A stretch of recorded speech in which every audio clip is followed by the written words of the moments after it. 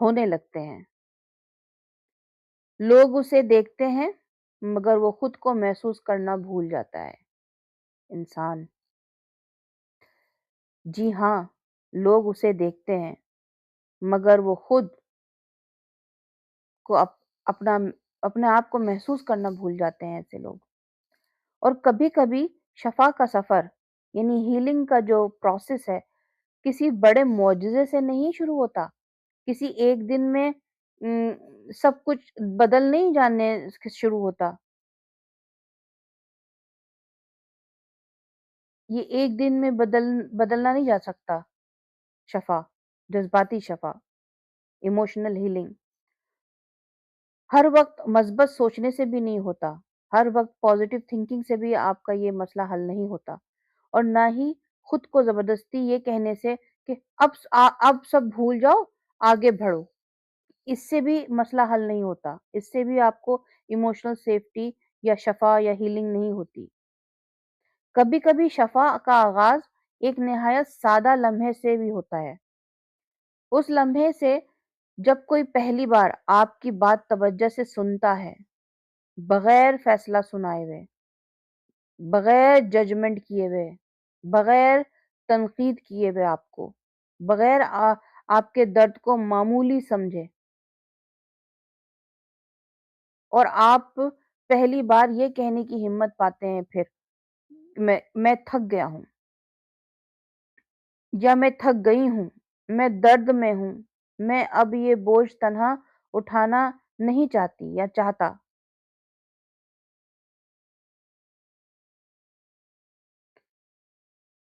اور یہ سب کہتے ہوئے آپ کو شرمندگی محسوس نہ ہو، آپ کو اپنے جذبات کا دفاع نہ کرنا پڑے، اور آپ کو یہ خوف نہ ہو کہ کوئی آپ کی کیفیت کو سمجھنے کے بجائے رد کر دے گا، کیونکہ بعض اوقات شفا کا پہلا قدم صرف اتنا ہوتا ہے کہ کوئی انسان آپ کو واقعی سنے، واقعی سمجھے، اور آپ کے درد کو اہمیت دے۔ اور اگر آپ کو اس گفتگو میں اپنی زندگی کی کوئی جھلک دکھائی دی ہے، اگر ان باتوں نے آپ کے دل کے کسی خاموش گوشے کو چھوا ہے، تو میں چاہتی ہوں کہ آپ ایک بات ہمیشہ یاد رکھیں: آپ کمزور نہیں ہیں صرف اس لیے کہ آپ جذباتی طور پر تھک گئے ہیں، آپ شکستہ نہیں ہیں صرف اس لیے کہ زندگی کے نشیب و فراز نے آپ کے دل پر اپنے نقوش چھوڑ دیے ہیں، اور آپ ناکام نہیں ہیں صرف اس لیے کہ آپ اپنی جدوجہد خاموشی سے کرتے رہے ہیں۔